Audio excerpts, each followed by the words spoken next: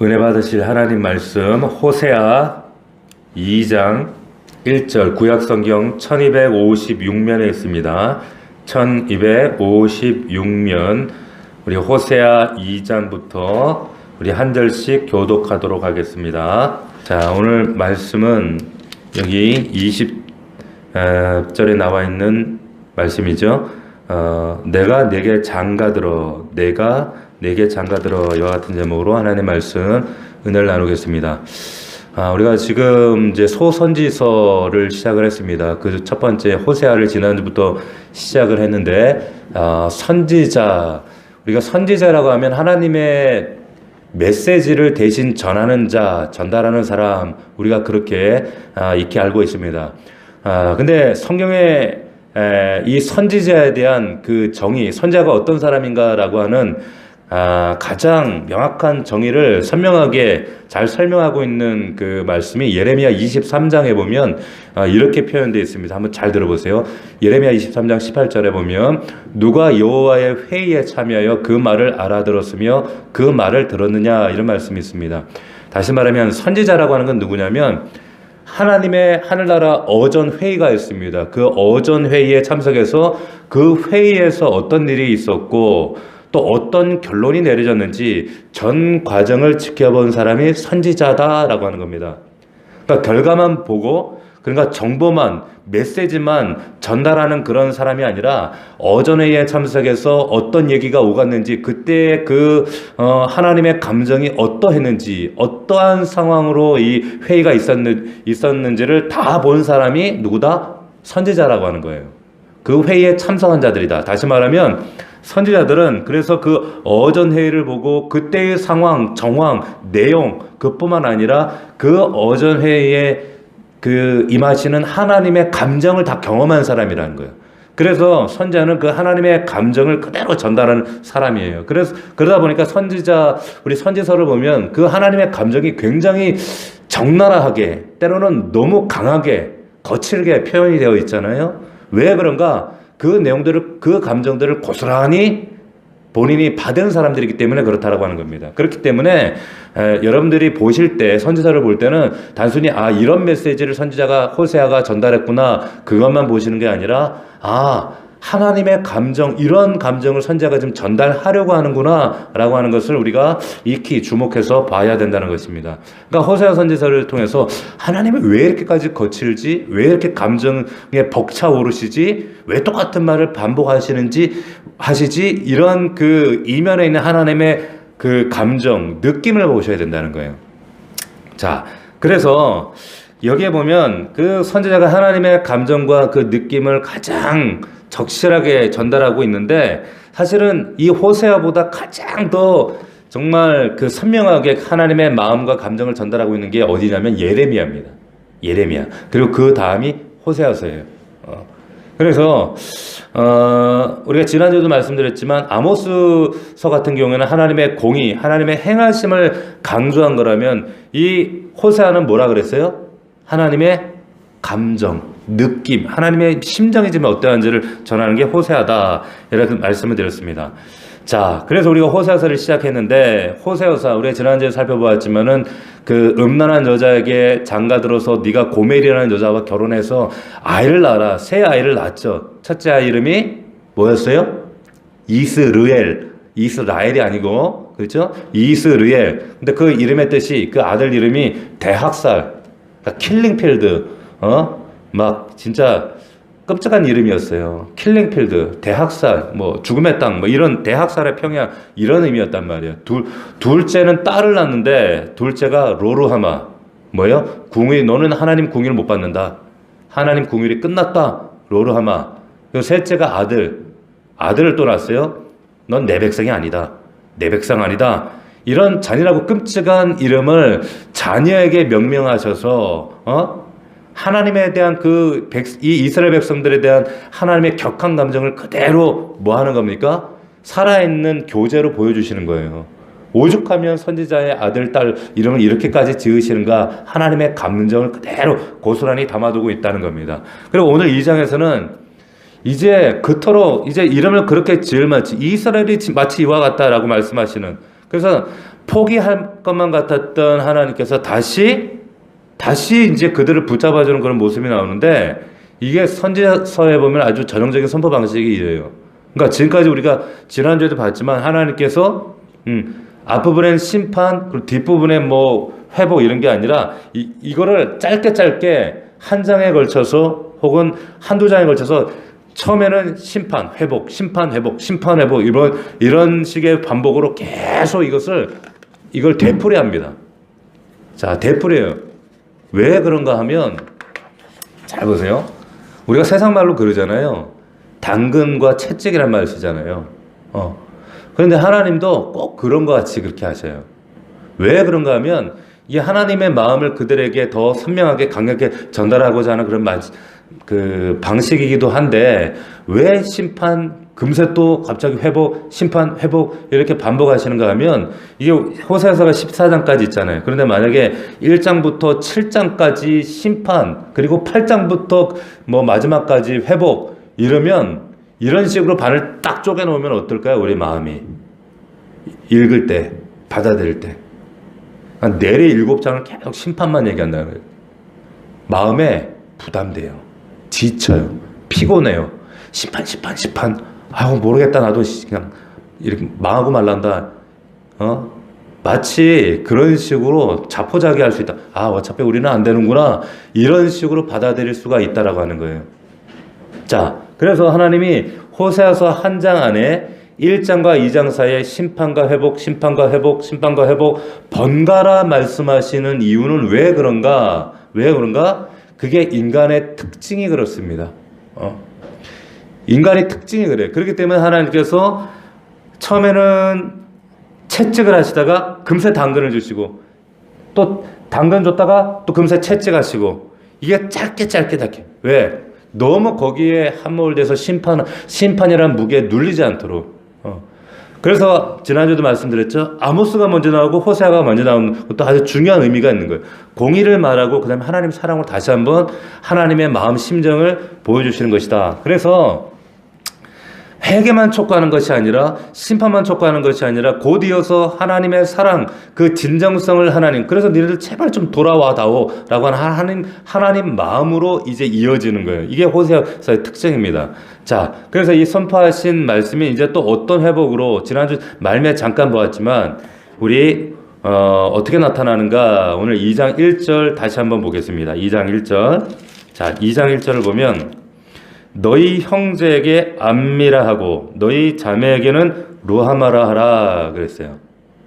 자, 보세요. 암미라는 말에 형광펜으로 여러분들 동그라미 하시고, 암미라는 거기 보면 여러분들 또 지난주도 살펴봤지만 거기에 이제 성경에 주석이 달려있는 분들은 1번 아니면 혹은 별표, 그리고 그 아래 쭉 내려가면 뭐라고 써 있어요? 내 백성이다, 내 백성이라 이렇게 써 있을 거예요. 그러니까 암미는 내 백성이다. 근데 지난주에 우리가 분명히 셋째 아들 이름이 뭐라 그랬어요? 로암미라 그랬잖아요. 암미가 아니라 로암미. 로암미. 이거는 내 백성이 아니다. 그러니까 로가 부정형이 붙어서 로암미가 되는 거예요. 근데 분명히 셋째 아들 이름을 로암미라고 짓게 하신 하나님께서 오늘 이제 2장에서는 갑자기 또 암미, 내 자녀다, 이렇게 이름을 짓게 하신단 말이에요. 또 자매에게 루하마라 지어라. 근데 궁일이 여김을 받는다. 근데 지난주 1장에서는 뭐라 그랬어요? 루하마라 그랬단 말이에요. 궁일이 여김 끝났어. 없어. 못 받아. 분명히. 그러니까 여기가 똑같아요. 로가 붙어서 부정형 붙어서 루하마.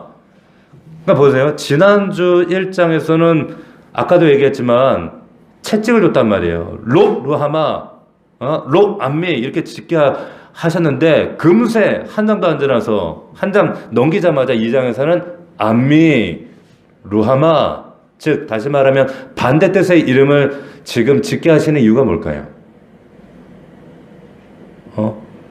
지난주에는 그 세 자녀들의 이름을 그렇게 잔인하게 이름 짓게 하신 분이, 그래서 당장이라도 그냥 번개불을 내리쳐가지고 다 심판하실 것 같이 그렇게 하나님 분노하시던, 격정적으로 반응하시던 분이 갑자기 2장에 와서 반대 뜻의 이름을 지어. 암미야. 이제 루하마야. 왜 그럴까요? 갑자기 이러면 또 사람이 저 뭐야 좋을 정도 아니고 우리가 그러잖아요. 왜 그러실까요?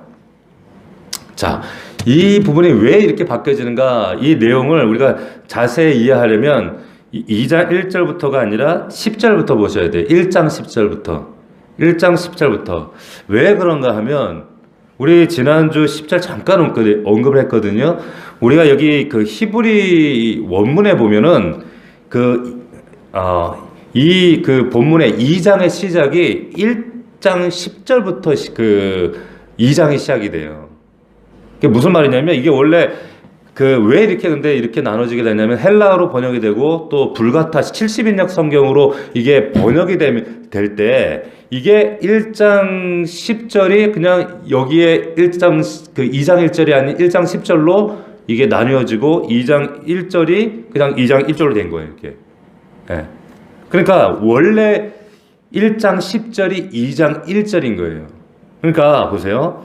1장 10절부터 여러분들 보셔야 되는데 이렇게 돼 있죠. 그러나 이렇게 돼 있어요. 그러나 역접 반대로 하시는 거예요. 자, 그러나 이스라엘 자손의 수가 바다의 모래같이 되어서 이렇게 얘기했어요. 앞에 정말 너희들은 끝이야. 완전히 너희들은 절망이야. 절규야. 이렇게 선언하다가 그러나 이렇게 얘기를 해요. 자, 그러나에 여러분들 동그라미 하셔야 돼요. 동그라미. 자, 호세아 1장부터 9절까지 하나님의 질책, 심판, 촉구. 너 이렇게 살면 되겠냐? 너 왜 이렇게 음란하냐? 음란한 것은 단순히 육체적인 음란뿐만 아니라 그들의 마음과 중심이 하나님과 지금 어긋나 있는 상태를 말하는 거예요. 그런 영적, 육적 모든 어긋나 있는 상태. 왜 하나님을 섬기지 않고 왜 하나님과 세상을 양다리하고 네 마음이 분리되어 있고 여전히 네 속에 그 음란함으로 살아가느냐? 마치 그게 네가 지금 여인이 그 고멜이 수많은 남자들 향해서 그 음란함에 막 그 절정을 보이려고 살아가는 그 모습, 그거하고 똑같다. 그런 여자 모습 같다. 이렇게 말씀하시면서 분노하시는 그 모습은 똑같은 거예요. 그러나 10절에 하나님 말씀이 바뀌어요. 그러나 왜냐? 하나님께서 그들을 지금 이 이스라엘 자손의 수가 바다의 모래같이 될 것이다. 왜 이렇게 얘기하시는 거예요? 이건 하나님께서 그러나 너희들 버리지 않겠다고 하나님 의지를 지금 표명하시는 거예요. 그러나 난 널 포기하지 않아. 절대로 너 놓지 않아. 이 얘기 하시는 거예요. 나는 널 버리지 않아. 너희들 모습이 고멜 같지만 전인격적으로 나를 배신하고 나를 반대하고 이토록 나에게 대해서 항거하고 끊임없이 잔인할 만큼 하나님 마음을 짓밟지만 그래도 난 너 버리지 않아. 어떻게 이렇게까지 할 수가 있는가? 참 납득이 안 되죠, 우리는. 그러면서 하나님이 이스라엘 자손의 수가 바다의 모래같이 돼서 헤아릴 수도 없고 셀 수도 없을 것이야. 이렇게 말씀하세요. 너무 반전이 이루어지잖아요. 지금 1장과. 다시 한번 번성의 때가 온다. 부흥의 때가 온다는 말씀하시는 거예요. 자, 오긴 오는데 여기 보세요. 오긴 오는데 여기에 이스라엘 자손의 수가 바닷가에 모래같이 된다 그랬어요. 이스라엘 자손. 여기 한번 여러분 형광펜을 동그라미 하셔야 돼요. 이스라엘 자손. 왜 그런가? 이 말이 굉장히 중요한 말인데 이스라엘 자손이라는 말이 1장 4절과 6절에 보면 하나님이 이스라엘 백성들 성토할 때 뭐라고 하셨는지 한번 보세요. 뭐라고 돼 있어요, 거기에? 이스라엘 족속이라고 되어 있어요. 찾으셨어요? 그러니까 이걸 성경을 히브리어, 그래서 원문을 여러분들 잘 보지를 않잖아요. 근데 원문을 목사들은 공부하고 연구하니까 말씀을 준비해야 되니까 막 원문을 보다 보면 이런 것들이 눈에 잡히게 되는 거예요. 이게 그래서 호세아 이 기자가 지금 이 의도가 담겨 있구나라는 것을 그래서 발견하는 거예요. 자, 4절, 6절에는 4절에도 이스라엘 족속이라 하고 6절에 이스라엘 족속. 근데 여기 10절에는 이스라엘 자손. 어떤 차이 있을까요, 이게? 뭘 말하고 싶은 거예요? 선지서에서 이스라엘 족속이다 이게 말할 때 그래도 대충 감이 오죠. 근데 그 감이 아니에요. 어느새 가면 이건 뭐 좀 하대하는 것이 아닌가. 그게 아니라 여기 원어에 보면 이스라엘 족속은 벳 이스라엘 이거는 그리고 뒤에 나오는 이거는 벤의 이스라엘 다릅니다. 전혀 달라요. 그런데 벳 이스라엘 할 때 이것은 왕가들 왕족들 왕조라 그 말이에요. 왕조 벳 이스라엘. 그런데 그 왕조를 하나님 어떻게 하시겠다는 거예요? 이 왕조를 폐하시겠다는 거예요. 이제 문 닫겠다는 거예요. 끝내겠다는 거예요. 이 왕조 끝내버리겠다. 왕조가 없어지신 자리에는 이제 뭐가 남아요? 이스라엘 자손이 이제 등장한단 말이에요. 벤의 이스라엘. 이게 무슨 의미인가? 오늘 10절에서 이제 이스라엘 자손은 그럼 뭐냐? 벤의 이스라엘은 뭐냐면 이제는 왕조가 그 음란하고 폐역했기 때문에 그 왕조를 하나님 문 닫아 버리시지만 이제 벤의 이스라엘 개개인을 부르시겠다는 거예요. 한 사람 한 사람을 부르겠다는 거예요. 저와 여러분 한 사람 한 사람을 부르겠다라고 하는 말씀이에요. 할렐루야. 무슨 의미인지 아시겠어요? 이게 지금 하나님이 이 왕조가 불법을 행하죠. 우리 열왕기서 우리 안 했지만 이제 나중에 할 거예요. 열왕기서 보면 사사기에 들어서고 이제 월왕기 넘어가게 되면 이 왕조가 정말 얼마나 하나님 속썩이고 음란하고 아합왕 같은 사람들 보세요. 얼마나 끔찍한 일들을 많이 해요. 그러니까 그 음란함 때문에 하나님 그들을 심판해 버리시는데 그들 왕조가 이어짐 지금 북이스라엘까지 지금 이어질 때 결국 망할 짓만 하다 결국 문 닫아버려요. 남북왕조가. 끝내버리고 하나님 어떻게 하겠다? 그 자리에 벤의 이스라엘 개개인 한 사람 한 사람 한 명 한 명 그 사람이 누굽니까? 누구예요? 하나님께로 나오는 이스라엘 자손들 한 사람 한 사람 저와 여러분들이란 말이에요. 저와 여러분들 그 사람들을 베트 이스라엘이 아니라 이제 벤의 이스라엘 자손을 내가 세우겠다. 한 사람 한 사람을 내가 구원하고 그 한 사람 한 사람을 내가 주목하고 그 한 사람 한 사람을 살려내고야 말겠다. 라고 하는 말씀이에요. 할렐루야. 이해가 되세요?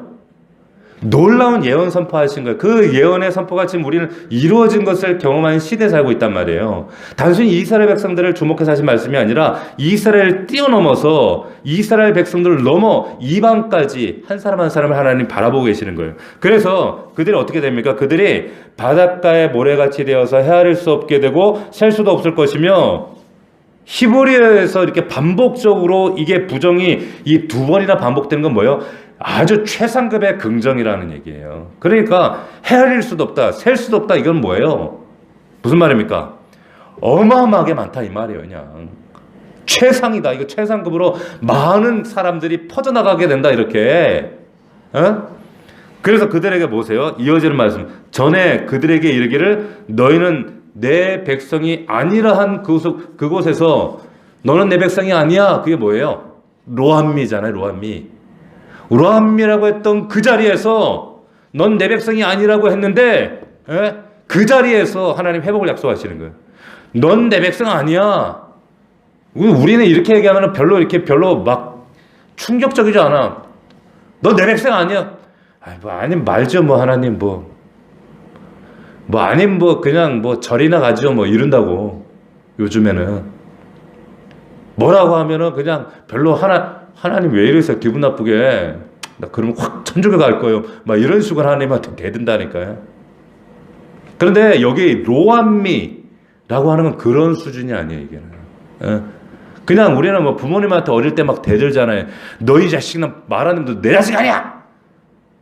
이놈의 자식, 그냥 나가, 이놈의 자식. 난 네 애비 아니야. 네 엄마 아니야. 너 엄마 안 해. 막 이러면, 아닌 말 좀 까짓까, 어머님, 엄마, 나도 자식 안 해. 막 이런 식으로, 이런 수준으로 생각하는데, 그게 아니라 성경에서 하나님이 너는 내 백성 아니야. 라고 하는 그 의미는, 이거는 신약 시대로 중세로 오면 이건 뭐냐면, 출교입니다. 출교.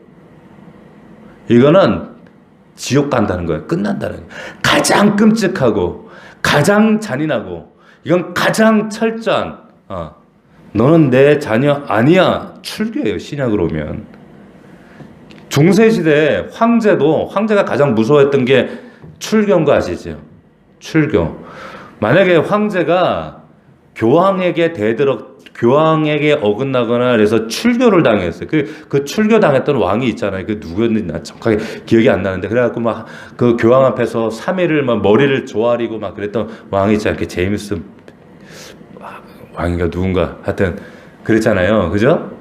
그 출교를 당하면 왜 이렇게 두려운가 하면 왕이 교황에게 출교당하는 그날부터 모든 업무가 중단, 모든 일이 중단, 그리고 귀향 가야 돼요. 끝나요. 그뿐이 아니라 그 사람은 지옥 갈 명부에 이름이 딱 올라가 버리는 거예요. 그러니까 절절절절 매는 겁니다. 이건 최상급의 무시무시한 그런 말이에요. 그런데 구약에서 출교가 뭐냐? 로암미예요. 로암미. 넌 내 백성 아니야. 끝. 가장 구약에서 백성들의 마음을 떨게 했던 마음이 로암미란 말이에요. 로암미. 최후서는 넌 내 백성 아니다. 한 그곳에서 이르기를 뭐라고 했어요? 너희는 살아계신 하나님의 아들들이다. 할렐루야. 이게 하나님의 본심 아시겠어요? 응? 여기 형광펜 드시고 너희는 살아계신 하나님의 아들들이다. 근데 그 위에 너희는 내 백성 아니다. 이것도 표시해야 되지. 하나님이 넌 내 백성 아니야. 로암미야. 그런데 그의 금세 바뀌어서 너희는 살아계신 하나님의 아들이야. 여기서 말하는 하나님의 아들들 그러면 여기는 베트예요, 빼네예요. 빼내죠. 여긴 빼내란 말이에요. 빼내. 하나님의 아들, 개인, 한 사람, 자녀, 한 사람. 그러니까 여기서 살아계신 하나님, 빼내 엘 하이, 살아계신 하나님. 당시에 그 근동세계 지배했던 바알이나 아세라나 아스타롯이나 이건 뭐예요? 죽은 신이었어요. 죽은 신. 아무 인격적 소통도 교감도 그냥 사람이 만들어 놓은 그런 소통 없는 그런 신인데 너희 하나님은 살아계신 분이야. 실존하시는 분이야. 존재하시는 분이야. 그분이 이렇게 말씀하시는 거야. 약속하시는 거야. 지금 강조하시는 거예요. 참. 근데 이 말씀을 보다 보면 또 그런 생각도 들어요. 하나님 참 속도 없다. 속도 없으시다. 너무너무 얼마나 속상하시면 이렇게 선지자를 통해서 이런 퍼포먼스, 선지자 입장에서도 얼마나 이게 잔인해요. 저 음란주점 마담하고 결혼해서 이런 자녀를 낳고 그 아들, 딸들 이름을 이렇게 잔인한 이름으로 정말 명명하시고 그걸 부르게 하시는데 얼마나 잔인합니까? 그럴 만큼 내 심장이 이렇다 그렇게 말씀하시고 너희들은 끝났다 이렇게 하시던 분이 또 돌아서서 하나님 이렇게 너는 내 아들이야. 참 하나님 속도 없으시다. 참 하나님 왜 그러실까요? 하나님 왜 그러시는 거예요? 네? 속이 없어서? 그냥 하나님이니까 마음이 그냥 너그러우시니까 늘 하나님 원래 그런 분이니까 왜 그럴까요? 우리가 자녀들한테 그러잖아요. 자녀들한테 이 자식들을 막 말 안 들어갖고 막 혼내고 나면 이제 좀 다그치고 나면 방문 꽝 닫고 들어가면 어떻게 해요? 혼내고 나면 또 마음이 참 이렇게 좀 아프단 말이에요. 착잡하고. 그러니까 또 혼내긴 혼냈는데 또 방 안에 이제 혼자 처박혀 있는 거 보면은 또 마음이 아파가지고 저것도 다 모르고 저랬을 텐데 몰라서 저랬을 텐데 저 또 아빠가 또 엄마가 심한 말 했다고 상처받으면 어떡하나. 마음 다치면 어떡하나. 그러면 또 어떻게 해? 또 가가지고 방문 두드리잖아. 똑똑똑. 그러면 아마라! 이런단 말이야 애들이. 그럼 속에 불끈하지만 그래도 또 들어서 왜 이리 와. 왜 그랬어? 뭐가 왜야? 그 들어가가지고 또 어떻게 해요? 또 돈만을 찔러준다든지 이러잖아요. 하나님 왜 그러실까요? 이렇게 똑같아요. 그러니까 이게 계속 반복이 돼요. 이게 구약 전체에 하나님이 혼냈다가 심판하셨다가 채찍하셨다가 징계하셨다가 그러지 마. 나 너 회복할까? 너 잘 되길 바래. 너 부모잖아. 그러다가 결정적으로 아예 그냥 내팽개 치나요? 응? 버려요? 안 버려요. 어떤 분 그래요. 하나님은 결정적으로, 그러니까 우리가 믿는 개혁주의 신학에서는 하나님이 절대로 우리를 어떻게 해요? 마음에 들지 않는다 지옥에 처박아 버려요? 우리 아버지가? 여러분 같으면 여러분 아들, 딸들이 정말 여러분들 전인격적으로 난 당신 내 아버지 아니야, 내 어머니야 욕한다고 그 자식이 탕자처럼 뛰쳐나간다고 그 자식 버려요? 절대 그렇지 않아요. 응? 절대로 하나님 우리를 포기하지 않는다. 그런데 우리와 반대 신학에 서 있는 세대주의 신학이라고 하는 그 신학에서는 버릴 수 있다라고 얘기해요. 지옥 갈 수 있어. 예수 믿다가도 얼마든지 지옥 갈 수 있어. 얘기해요. 근데 우리 하나님은 절대로 그런 하나님 아니세요. 절대로 그러실 수가 없어요. 왜 그러냐면은 정말로 얼마나 소중한 가치고 얼마나 절대적 가치, 세상 모든 거 다 바꿀 수 있는데 절대로 바꿀 수 없는 게 있어요. 그게 누구냐? 자기 안에 계신 독생하신 외아들 예수 그리스도. 근데 그 외아들 그리스도를 나를 대신해 바꿀 만큼 우리를 그런 가치로 삼아 주셨단 말이에요. 그런데 그렇다고 해서 우리를 포기해요? 갖다 버려요? 그런 우리를 예수 그리스도를 바꾸셨는데 우리를 또 포기하고 지옥에 처박아 버려요? 그러실 수 없단 말이에요, 하나님. 자, 하나님은 어떤 분이십니까? 하나님은 끝까지 우리를 붙드시는 분이에요. 자, 11절에 보시면 11절에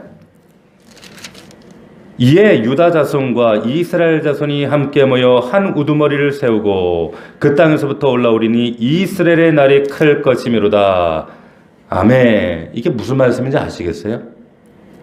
자, 이에 유다 자손과 이스라엘 자손이 함께 모여, 지금 이 시대는 북이스라엘 남유다로 나눠져 있는 시대잖아요. 그런데 그날에는 함께 모인다는 거예요. 함께 모여서 한 우두머리를 세워요. 그 땅에서 근데 올라와서 이스라엘 날이 크게 된다는 거예요. 한 우두머리를 세운다. 자, 하나님이 아까 왕조를 버린다 그랬어요. 그죠? 하나님이 버리신 왕조, 버리신 베트에는 왕조에는 누가 리더예요? 왕이 리더예요. 멜렉, 왕이 리더란 말이에요. 그죠? 그런데 여기 우두머리는 멜렉이 우두머리가 아니에요. 멜렉이 아니에요. 뭐라고 되어 있어요? 로시라는 말로 되어 있어요. 로시. 로시가 뭐냐? 이 로시가 누굴까 그러면? 로시가. 우리가 멜렉, 그럼 왕이란 말이에요. 왕. 그런데 여기에는 이 우두머리는 왕이 아니라 로시로 되어 있단 말이에요. 이 로시가 누군가? 로시는 사사들이 로시예요. 그리고 아브람과 이삭과 야곱 이런 족장들이 로시예요. 이 사람들 누가 세웠어요? 하나님이 세우신 거예요. 하나님이 세우신 왕들은 엄밀히 얘기해서 하나님이 세우신 게 아니죠. 누가 세웠어요? 이스라엘 백성들이 다른 나라처럼 우리도 왕 주세요, 왕 주세요. 안 돼. 하나님이 명료하게 얘기하셔. 하나님이 절대적으로 만류하셨다. 너희들은 왕 필요 없어. 너희들 왕이 있어서 되는 게 아니야. 너희들 특별한 나라야, 특별한 족속이야. 그런데 너희들에게 도움이 되지 않는다고 말씀하셨는데, 아니요, 우리 다른 나라처럼 왕 주세요, 왕 세워주세요, 주세요. 안 된다 그래도 말 안 들어요. 그러면 땡깡 부리고 우리가 하나님 어떻게 해요? 그래서 세운 게 사울 왕이었단 말이에요. 근데 그 사울 왕이 폭정하고 결국 나라를 말아먹고 얼마나 그래서 나라가 피폐해져요? 그래서 하나님이 대신에 세운 왕조가 다윗 왕조란 말이에요. 다윗 왕조. 그런데 결국에 그 왕조가 이어지면서 열왕기하를 보면 아시지만은 그 왕조들이 얼마나 피폐하게 하나님을 대적하고 음란하게 행해요. 더 이상 그 멜렉 왕이 필요 없다는 거예요. 멜렉 필요 없고 지도자가 아니라 하나님은 그 멜렉 지도자가 아닌 로시를 회복시킬 거야 라는 말씀하시는 거예요.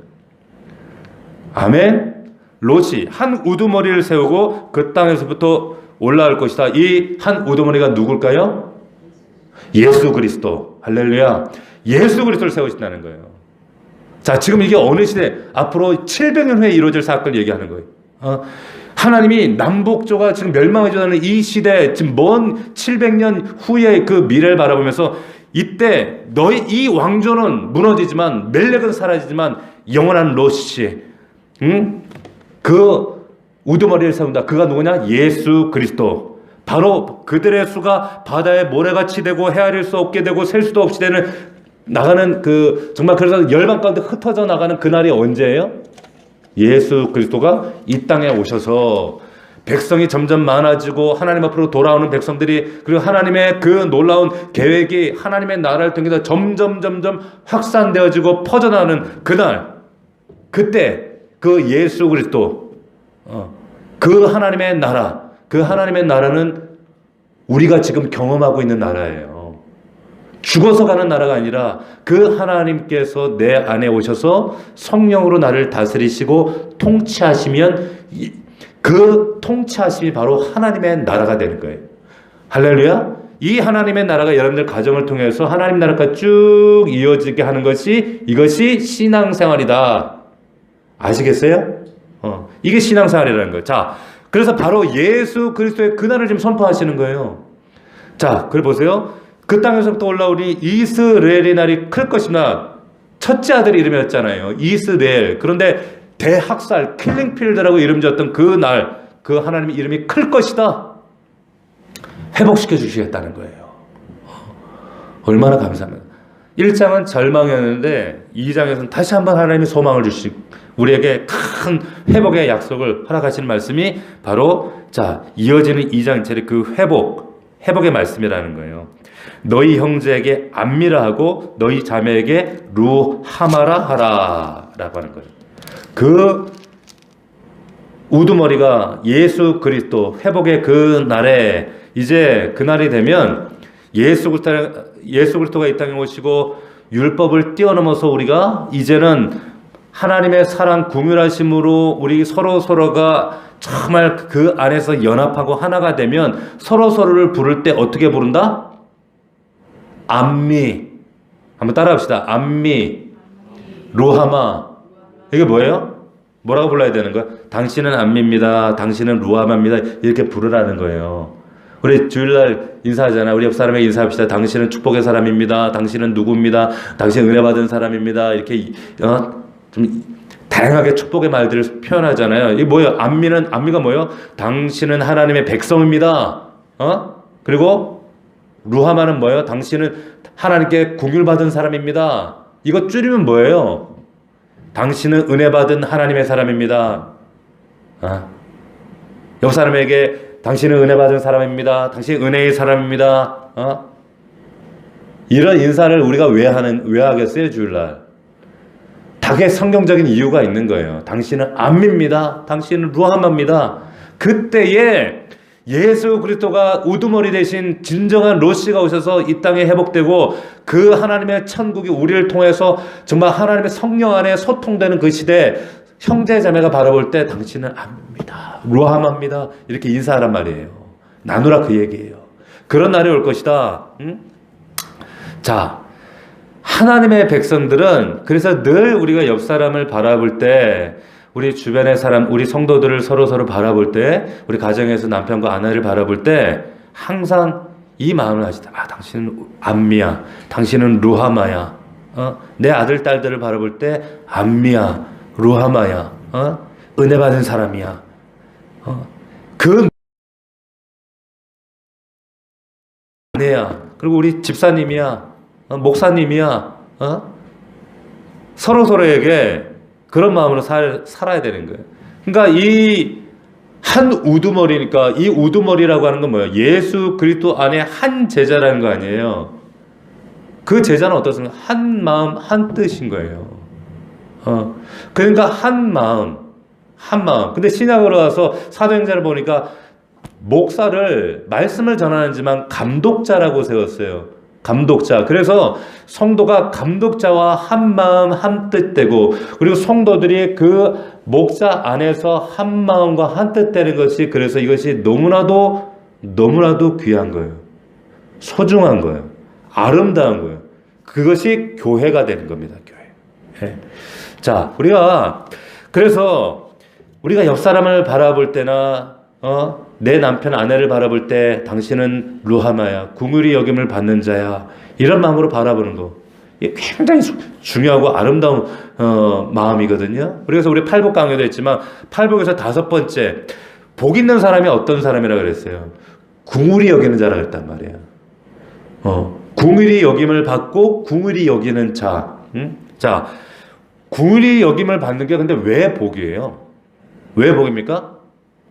궁휼히 여김을 받는 게 왜 복일까요? 사람은 사람을 궁휼히 여길 수가 없어요. 이 궁휼은 사람이 아무리 궁휼히 여긴다고 해도 그것은 궁휼이 아니라 그냥 동정일 수 있어요. 아니 방금 목사님 궁휼히 여기라면서요. 그런데 내가 하나님의 궁휼을 입어야, 은혜를 입어야 그 궁휼이, 은혜가 흘러가요. 내가 가진 것은 박애주의 신용을 할 수 있어요. 은혜 그냥 신용을 할 수 있지만 내가 은혜가 있지 않으면 남편에게 아내에게 은혜가 안 흘러가요. 인간적인 그냥 육정은 흘러갈지 모르지만 근데 그 육정이 흘러가다가 그 정은 어느 순간에 한계에 딱 다다르면 확 부딪힌단 말이에요. 내가 이만큼 줬는데 왜 너는 이만큼만 나에게 안 돌려줘? 이렇게 하면서 싸우고 다투고 한계성이 있단 말이에요. 그런데 하나님의 은혜는 위로부터 계속 흘러오기 때문에 계속 흘러가요. 그렇기 때문에 궁휼히 여김을 받는 자가 궁휼히 여기게 되는 거예요. 그래서 이게 팔복의 복이라고 말씀하고 있는 겁니다. 아멘?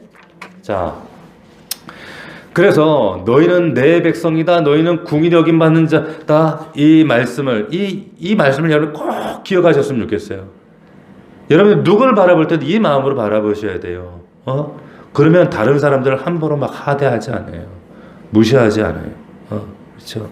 그래서 누군가를 교회 안에서도 이렇게 바라볼 때 그냥 저 사람 뭐 잘못됐나, 저 사람 뭐 지적할 거 없나, 저 사람 뭐 문제가 있나 이렇게 바라보는 게 아니라 저 사람 하나님 백성이지, 저 사람 궁휼히 여김 받은 사람이지, 정말 궁휼히 여겨야 될 사람이지, 내가 그 궁휼을 받았기 때문에 내가 궁휼히 정말 저 사람을 섬겨야 할 대상이지. 나도 소중하지만 저 사람도 그러잖아요. 네가 귀한 집 자식인 것처럼 나도 귀한 집 자식이다 이런 말을 세상에서 말하는 것처럼 그 사람도 하나님의 자녀란 말이에요. 그렇기 때문에 소중히 대해주는 거예요. 인간적으로는 좀 꼴사납고 정말 부대끼고 불편하기도 해. 하지만 하나님의 자녀다. 저 사람도 궁휼이 필요하다라는 것을 항상 우리가 마음에 품고 그래야 교회 안에 평화가 이루어져요. 교회가 왜 다툼이 일어나는 줄 아세요? 이맘이 없기 때문에. 암미와 루하마가 없기 때문에 그래요. 성도가 성도를 바라볼 때, 성도가 목사를 바라볼 때, 목사가 성도를 바라볼 때, 이 마음이 없으니까 교회가 다투고 싸우고 막 하고. 우리 교회는 이런 게 없어서 참 감사해요. 그런데 그런 싸움이 많으면 너무 힘들어요. 자, 봅시다. 그래서 하나님이 이 일을 분명히 행하신다. 마지막 때 그 약속이 이제 19절 구체적인 내용이 나옵니다. 19절 한번 보시겠어요? 19절 우리 같이 한번 읽어봅시다. 2장 19절 시작. 내가 내게 장가들어 영원히 살되 공의와 정의와 은총과 긍휼히 여김으로 내게 장가들며 그랬어요. 내가 내게 장가들겠다. 호사에게 하나님이 누구에게 장가들라 그랬어요? 음란한 여인 고멜에게 장가들으라 그랬어요. 뭘 상징하는 거예요? 음란한 이스라엘 백성 너희에게 내가 장가들겠다. 내가 장가들겠다는 것을 보여주는 시청과 교제가 호세아가 지금 음란한 여인하고 결혼을 사는 거란 말이에요. 눈앞에 정말 실제적인 퍼포먼스를 백성들에게 보여주는 장면이란 말이에요. 근데 하나님이 지금 사실은 그렇게 하시는 거예요, 지금. 하나님이 지금 그러고 있다는 거예요, 지금. 내가 너희가 장가들어 영원히 살겠다. 끝까지 책임지겠다 이 말이에요. 장가들겠다는 것은. 공의와 정의와 은총과 긍휼히 여김으로 내게 장가들며 공의와 정의 하나님의 아주 강한 면모 그러나 은총과 긍휼 사랑하는 마음으로 내가 너희 장가들겠다. 그리고 20절 같이 시작. 진실함으로 내게 장가들리니 내가 여호와를 알리라. 아멘. 저는 20절이 구약 성경 전체에 아주 핵심적인 관통하는 말씀이라고 생각해요. 하나님이 구약을 통해 뭘 말씀하고 싶은 거예요? 나 너한테 장가들 거야. 우리와 결혼할 거야. 그리고 네가 나를 알게 될 거야. 알아야 돼. 여호와를 아는 지식. 네 영혼 안에 하나님을 아는 지식이 관통하게 될 것이다. 이렇게 말씀하시는 거예요.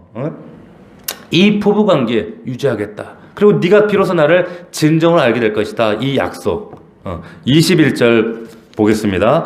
여호와께서 이르시되 그날에 내가 응답하리라. 나는 하늘에 응답하고 하늘은 땅에 응답하고. 자, 잘 들으세요. 우리 정혜중 집사님은 이 부분을 잘 들으셔야 돼요. 잘 들으셔야 돼요. 자, 여호와께서 그날에 여기 보면 그날에 주님이 이렇게 만나주시는 그날, 하나님과의 예수 그리스도와의 온전한 지금 앞에 말씀이 전제되어질 때 그날에는 보세요. 최후의 그날에 응답한다는 거예요. 내가 응답한다. 근데 어떻게 응답되는가? 어떤 방식의 응답인가? 왜 하나님의 응답이 우리에게 어떻게 이루어지는가? 이거 보면 보세요. 나는 하늘에 응답하고, 자, 하나님은 하늘에 응답해요. 순서 잘 보세요. 하늘에 응답해요. 그리고 그러면 하늘은 어떻게 합니까? 땅에 응답하고, 하늘이 땅에 응답하고, 땅은 곡식과 포도주와 기름에 응답하고, 또 이것들은 이스라엘에게 응답한다는 거예요. 자, 이게 무슨 말이냐? 응답이 어디서 먼저 이루어지는가 잘 보세요. 자, 하나님이 하늘에서 먼저 응답하시면 하늘은 땅에 응답하고 땅은 곡식 그리고 이스라엘 응답하겠다. 이것이 뭡니까? 응답의 흐름이에요. 그러니까 벌써 하늘에서 이루어진 응답이 땅을 통해서 각 곡식 응집들, 다시 말하면 내 삶의 반경 안에 하나님께서 거기 안에 흐르게 하시고, 그리고 사람들에게 이루어지는 이 아름다운 은혜의 흐름이 이제 이런 방식으로 흘러가게 된다는 거예요. 아멘? 꼭 기억하십시오. 그래서 하나님이, 야, 내가 너한테 장가든다. 이 말은 뭐냐면 그냥 단순하게 그냥 난 너 신랑이고 넌 내 신부고 우리 결혼할 거야. 이런 상징적인 그런 의미가 아니라, 이것은 뭘 의미하냐면 지속적인 응답이 이렇게 이루어지기 위해서 이런 과정이 반드시 필요하고, 그래서 이런 응답을 통해서 너의 삶에 지속적인 하나님의 부어주심과 그리고 응답과 그리고 풍성함이, 그래서 너의 삶이 이렇게 풍요로워질 거야 라고 하는 하나님 약속을 주시는 거예요. 할렐루야. 자, 마지막 결론이 23절입니다. 우리 다 같이 읽고 마치겠습니다. 시작. 내가 나를 위하여 그를 이 땅에 심고 궁일이 여김을 받지 못하는 자를 궁일이 여기며 내 백성 아니었던 자에게 향하여 이르기를 너는 내 백성이라 하리니 그들은 이르기를 주는 내 하나님이시라. 할렐루야. 이 고백이 나오는 거예요. 주는 내 하나님이시라. 로함이었던 백성을 이제는 암미 루하마로 바꿔주시고, 그래서 부르는 찬송이 뭡니까? 하나님, 나의 하나님, 내 하나님. 이 고백이 저와 여러분의 고백이 되고, 특별히 우리 다음 세대, 우리 자녀들의 고백이 될 수 있기를, 그렇게 될 수 있도록 여러분 끊임없이 여러분들 자녀들을 위해서 중보하고 가르쳐 줄 수 있기를 주의 이름으로 축원합니다. 이거 말씀하시는 거예요. 그러니까 어느 순간에 뭔가 하나님 관계에서 내가 틀어져 있고 꼬여 있고 어긋나 있다, 다시 하나님 말씀하시는 거예요. 내가 풀겠다는 거예요. 하나님이 내가 그 꼬인 거 해결하겠다. 그리고 너를 온전케 할 것이다. 온전케 되어지면 하나님 안에서 우리의 엉켜버린 꼬여버린 모든 문제들, 그것은 영육 간의 모든 문제들입니다. 우리의 영적인 문제들은 육적인 문제 분명히 이건 가시적으로 이것들이 하나님 사인하신단 말이에요. 보여주신단 말이에요. 이렇게 엉켜있구나라는 것들을. 근데 이런 건 하나님이 풀어지게 될 것이다 라고 하는 것을 말씀하시는 거예요. 응답하시는 하나님으로. 그 하나님을 여러분들 꼭 만나고 누릴 수 있고 흘려보내는 저와 여러분들 되기를 주의 이름으로 축복합니다. 아멘. 기도하겠습니다. 시간 기도할 때 하나님, 우리가 1장만 보면 절망이고 아픔뿐이고 정말 우리의 삶의 음란과 우상숭배 이런 것들 정말 소망이 없었는데 하나님 새 길을 열어주고 계십니다. 하나님, 우리의 죄가 이렇게 크지만 정말 우리는 이렇게 못났지만 그러나 하나님 새 길을 여시고 정말 롯이 새로운 우두머리 오직 예수 그리스도를 통해서 우리의 발걸음을 천국으로 지금부터 한 걸음 한 걸음 한 걸음 인도해 나가신 하나님, 아버지 하나님, 우리를 붙들어 주시고 그리고 우리가 옆 사람, 남편과 아내, 우리 자녀들 바라볼 때, 우리 성도들 한 사람 한 사람 바라볼 때, 저 사람은 내 하나님 백성이야, 저 사람은 하나님의 긍휼함을 받은 사람이야, 정말 그런 마음으로 저들을 품고 중보하며 하나님 섬길 수 있도록 아버지 우리의 마음을 붙들어 주옵소서. 오늘 말씀을 기억하면서 다시 한번 회복의 하나님, 그 놀라운 축복의 하나님, 응답의 하나님 만나게 하옵소서. 우리 주여 세 번 부르고 간절한 마음으로 통성으로 기도합시다.